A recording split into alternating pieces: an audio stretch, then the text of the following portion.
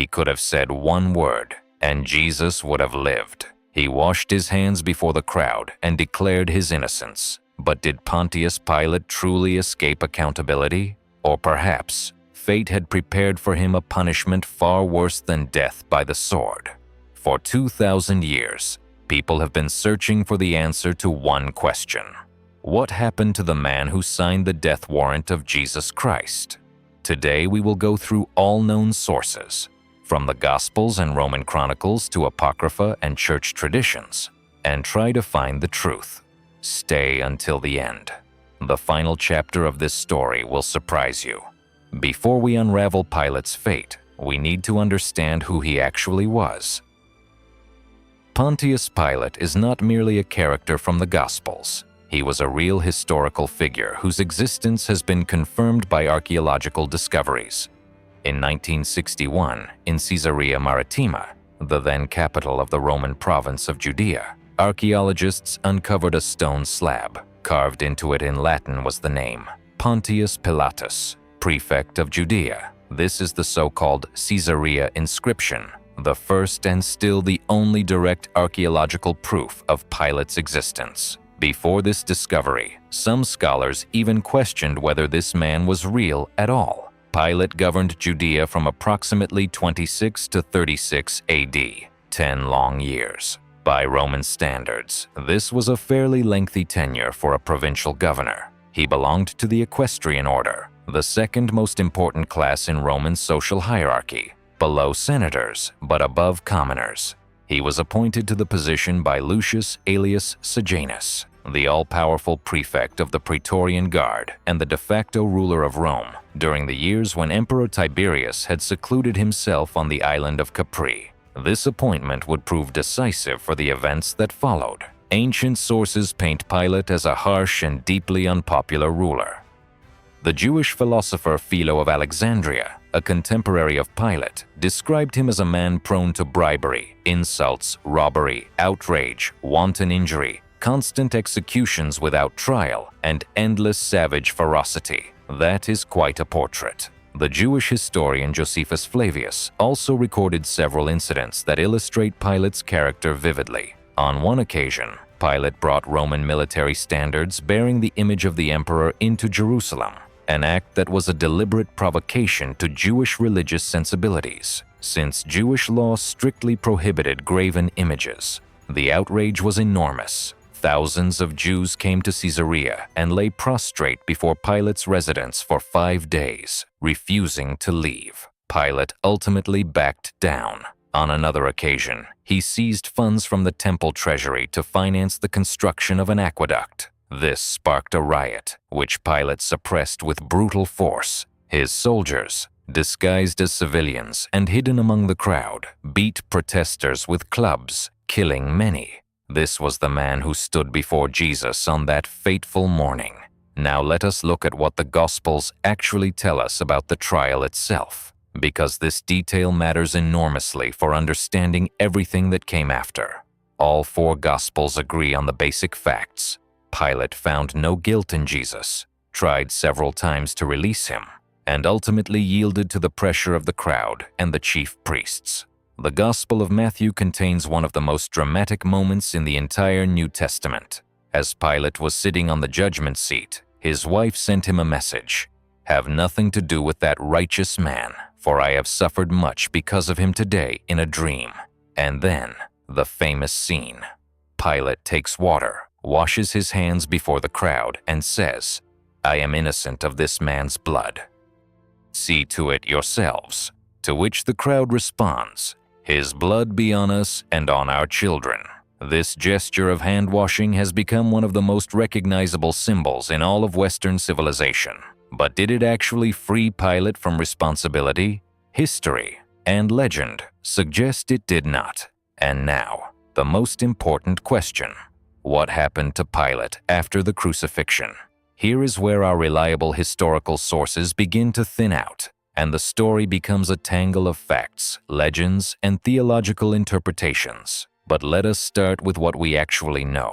The Gospel accounts end with the crucifixion and resurrection. They tell us nothing about Pilate's subsequent fate. For that, we must turn to other sources, and the most significant one comes from an unexpected place. The Jewish historian Josephus Flavius, writing in the late 1st century AD, gives us a crucial piece of information. According to Josephus, around the year 36 AD, just a few years after the crucifixion, Pilate was removed from office.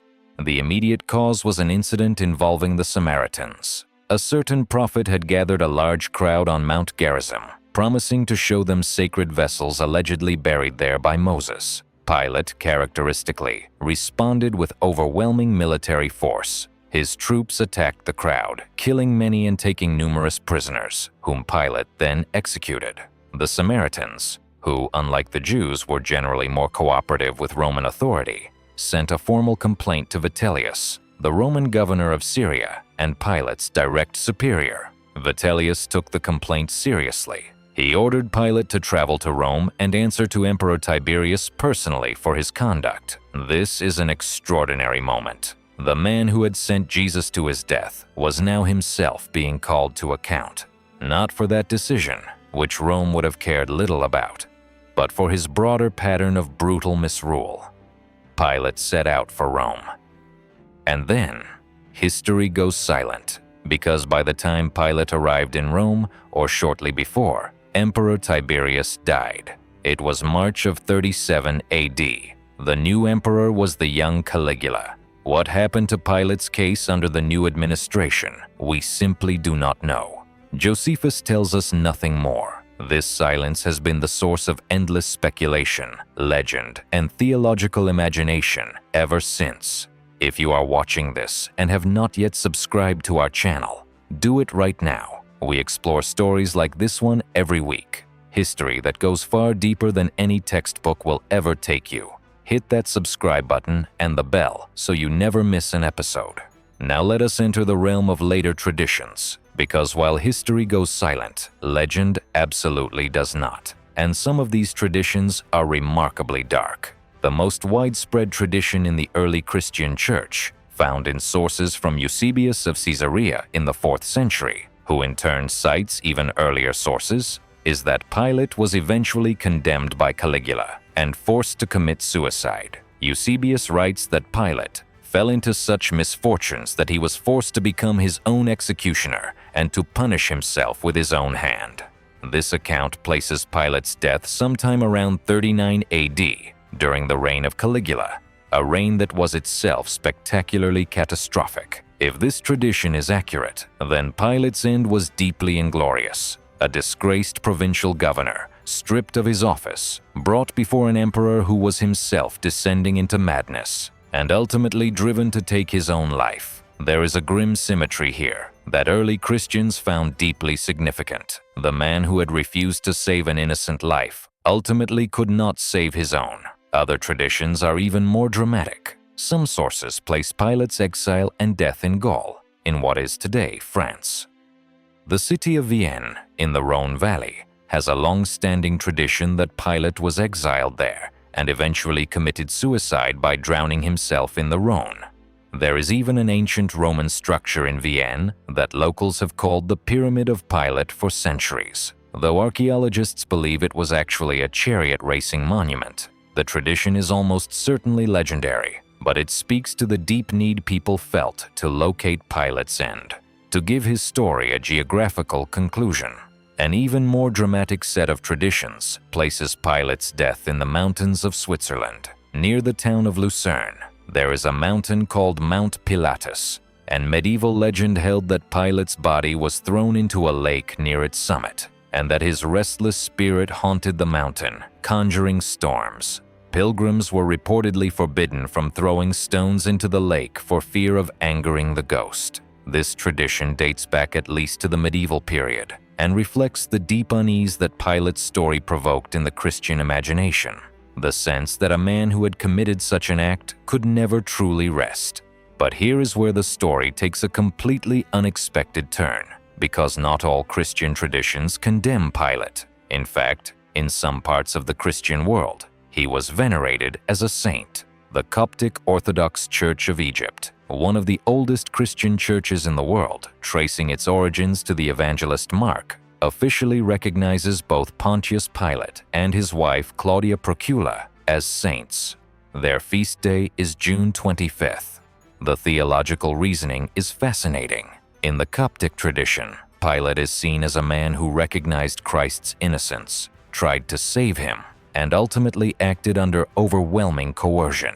His hand-washing is interpreted not as a cynical evasion, but as a genuine declaration of Christ's innocence before God and man. His wife, who warned him through her dream, is seen as divinely inspired. The Ethiopian Orthodox Church holds a similar tradition regarding Pilate's wife. This is a remarkable divergence. In the Western Christian tradition, Pilate became a symbol of moral cowardice, the man who knew what was right and chose political convenience instead. His name is embedded in the Apostles' Creed, recited by hundreds of millions of Christians every week. Suffered under Pontius Pilate. He is the only non-divine figure named in that creed, a permanent memorial to his failure. But in the Eastern tradition, particularly in Egypt, a more complex picture emerged. Not exoneration, exactly, but something more nuanced. A recognition that Pilate was trapped in an impossible situation, that he attempted to do right, and that his subsequent suffering may have constituted something like expiation. Let us now examine perhaps the most theologically rich tradition surrounding Pilate, the legend of the seamless robe. According to various medieval and earlier accounts, after the crucifixion, the Roman soldiers who had been present at Golgotha carried pieces of the crucifixion story back with them. Literally, one tradition holds that a Roman soldier brought the seamless robe of Christ back to the city of Trier in Germany, and that its presence there would eventually lead to the Christianization of the Roman Empire. What matters for our story is the psychological dimension, the idea that objects connected to the crucifixion carried a kind of spiritual weight, a testimony that could not be destroyed or ignored. Pilate, in this symbolic framework, was a man who had touched the sacred and been permanently marked by it. The apocryphal literature surrounding Pilate is vast and extraordinarily imaginative. There is an entire apocryphal text called the Gospel of Nicodemus, also known as the Acts of Pilate, which purports to be an official Roman record of the trial of Jesus. In this text, Pilate is portrayed remarkably sympathetically. He is shown as a man genuinely struggling with the question of Jesus' identity, genuinely disturbed by the miracles attributed to him, and genuinely attempting to secure his release. The text even has Pilate writing a letter to Emperor Tiberius describing the crucifixion and its aftermath, including the resurrection, and expressing his own dawning belief in Christ's divine nature.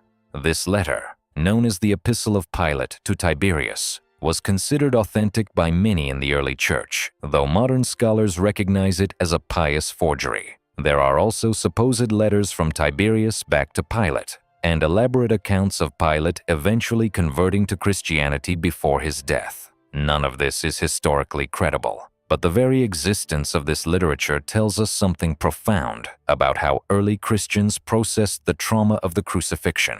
They needed Pilate to have recognized what he had done. They needed him to have been broken by the weight of it. Let us now step back and ask the harder question, the one that goes beyond dates and legends and into the realm of moral philosophy. What does the story of Pilate mean? Why has his figure haunted Western imagination for 2 millennia? Part of the answer lies in his universality. Pilate is not a monster. He is not Herod, ordering the massacre of infants. He is not a fanatic or a true believer in anything. He is, in many ways, deeply recognizable. A pragmatic administrator, a career politician, a man who understood the situation perfectly, knew what justice required, and chose not to do it. His question, "What is truth?" asked in John's Gospel before he turns Jesus over to be crucified, has echoed through philosophy and theology ever since. Was it a genuine question born of skepticism, a rhetorical dismissal, a moment of existential crisis? Whatever Pilate meant by it, it has become one of the most famous questions in human history. And the fact that he asked it, and then immediately went out and condemned an innocent man, is precisely what makes him so disturbing. He was not ignorant. He was not deceived. He chose. The Roman historian Tacitus, writing in the early 2nd century, mentions the crucifixion of Christ in his annals almost in passing, noting that Christus, from whom the name had its origin, suffered the extreme penalty during the reign of Tiberius at the hands of one of our procurators, Pontius Pilatus. Notice the casualness of that reference. To Tacitus, this was a minor historical footnote, the execution of a troublemaker in a distant province. He could not have imagined that this footnote would become the central event of Western civilization, or that the name of the official who authorized it would be recited in churches around the world 2,000 years later. History has a way of elevating the people who least expect to be elevated. Now, what can we say with reasonable historical confidence? We know Pilate was removed from office around 36 AD following the Samaritan incident. We know he was ordered to Rome to face Tiberius. We know Tiberius died before Pilate arrived or shortly after. Beyond that, we are in the realm of tradition and legend. The most widely attested tradition, found in Eusebius and seemingly drawing on earlier sources, is that Pilate died by suicide, disgraced, sometime during the reign of Caligula. This is plausible.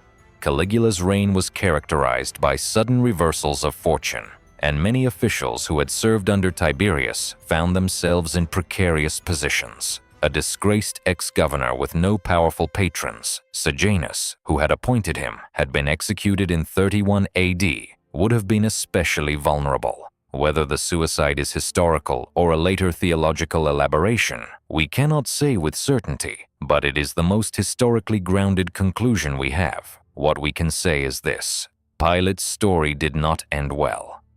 The man who had wielded enormous power in one of the most strategically important provinces of the Roman Empire ended his career in disgrace, called to account for his brutality by the very people he had brutalized. Whether he died by his own hand in Rome, drowned in a river in France, or haunts the peaks of a Swiss mountain, the historical consensus is clear. Pontius Pilate fell, hard and fast. There is something almost unbearably poignant in that. Here was a man who stood at the intersection of the human and the divine, if you accept the Christian framework, and failed the test completely. He had every advantage: Roman power, legal authority, his own clear conscience telling him the prisoner before him was innocent. He had warnings from his wife. He had the opportunity for clemency. He chose none of it. And history, both secular and sacred, did not forgive him for that choice. The Apostles' Creed was composed to be a statement of essential Christian belief. It mentions God the Father. It mentions Jesus Christ, his only Son. It mentions the Virgin Mary, Pontius Pilate, the crucifixion, the resurrection, the Holy Spirit, the Church, the forgiveness of sins, the resurrection of the body, and the life everlasting. Of all the human beings who have ever lived, only one non-divine figure made it into that creed. Only one ordinary person is named alongside the Father, the Son, and the Holy Spirit: Pontius Pilate. Not because he was great, not because he was holy, but because he was there at the hinge of history, and he chose wrong. His name became a permanent monument to moral failure, recited weekly by hundreds of millions of people across every continent on Earth, in hundreds of languages, for 2,000 years and counting. That is a legacy no Roman governor could ever have anticipated. If this story moved you, challenged you, or made you think differently about history and the people who made it, please support our channel. Leave a like, share this video with someone who loves history, and consider joining our community through the membership button below. Every single view, every like, every comment tells us that this kind of deep historical exploration matters to you, and it motivates us to keep making it. We pour enormous effort into every episode, and your support is what makes it possible. From the bottom of our hearts, thank you for watching. We will see you in the next one.